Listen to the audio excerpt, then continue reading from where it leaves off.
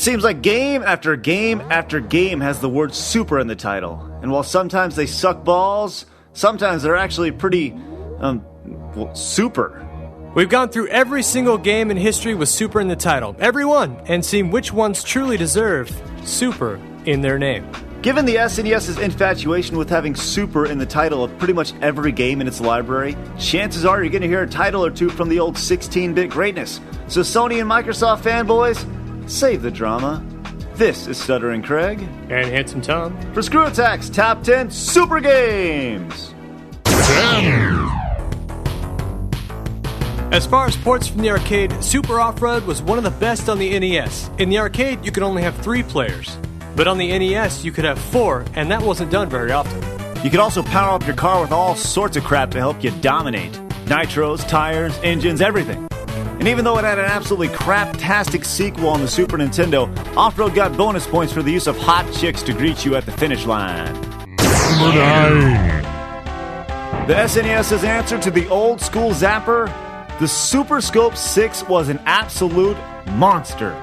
By monster, you mean grotesquely huge, right? Yeah, it's pretty damn large. Now, how are we going to justify this being in the top 10? That really chaps my ass. It was cool. I mean, just think of it kind of like Wii Sports, except you shoot everything, and there's no sports in it. 8. Oh yeah, real game. All you need to know about Super C can be answered on the back of the box. After losing a confrontation against Super Commandos, Mad Dog, and Scorpion, the juices of... Hold on, let me keep going. The juices of destruction drip from the spiked tongue of the vile red falcon. You might as well just leave it like that. Yes! Super C took everything about Contra and pretty much made it better while still sticking to what worked the first time.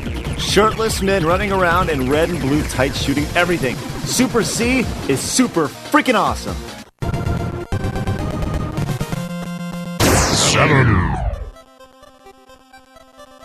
Considered by some as the best football game ever made, Tecmo Super Bowl was one of the first to use real names and attributes of real NFL players. With a cult following on college campuses still to this day, Tecmo Super Bowl was crazy offensive-minded and have badass cutscenes when you did something good. Hey, and don't forget about Bo Jackson. I didn't know he was a superhuman robot until after I played this game. 6. Spectacular. Super Castlevania was and is super in every sense of the word. You can make your whip go limp, move it all around, swing off of things, and even whip up. The music is some of the best of the era and still stands out in Vania fans as some of the best in the series. It also stayed true to tradition by placing fully cooked entrees in walls as power-ups.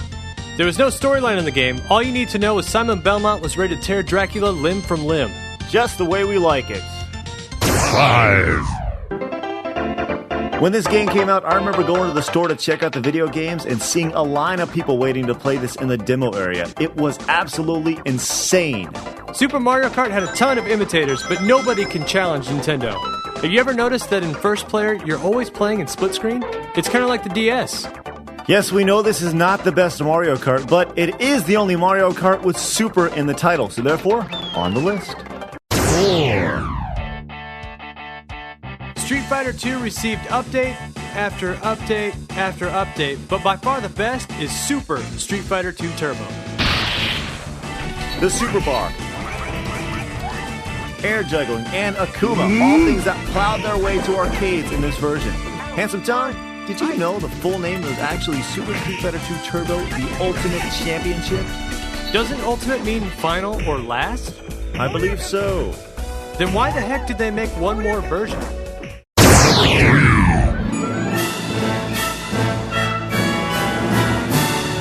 In what is pretty much equivalent to an all-star game for Nintendo, Melee is a game that both button mashers, you know what I'm talking about, and skilled players can play. The best-selling GameCube game in history had 29 huge levels, tons of characters, updated versions of classic tunes, and more items than you know what to do with. You know, I hate Pokemon, but when I see a Pokeball in Super Smash Bros., my eyes light up, and I sprint to that Pokeball, and I love every second of it. You're such a pansy. Hey, I love to beat some ass, and when Pokeballs do that for me, it's on. You love those balls, do you? 2. You're probably asking yourself why there hasn't been a Mario game on the list yet. Well, why would you put them all separate when you can put them all in one cartridge? Super Mario All-Stars did that. It took all the Mario games and gave them an equivalent to a video game boob job and made them better in every way.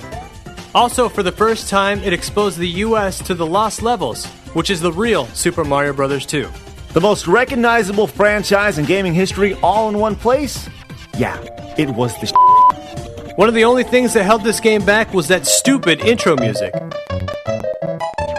Alright, a quick recap before we get to number 1. Number 10, Super Off-Road.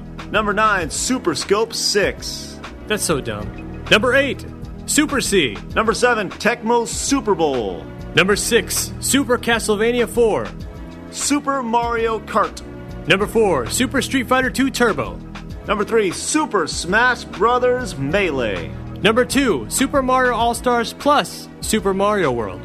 It's number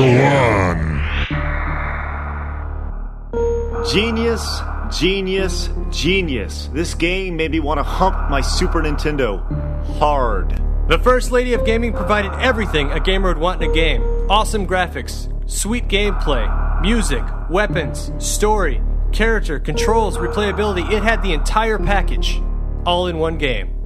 If you can find a better game with Super in the title, no, that's impossible. There's no way. Super Metroid is the best Super game ever. End of story.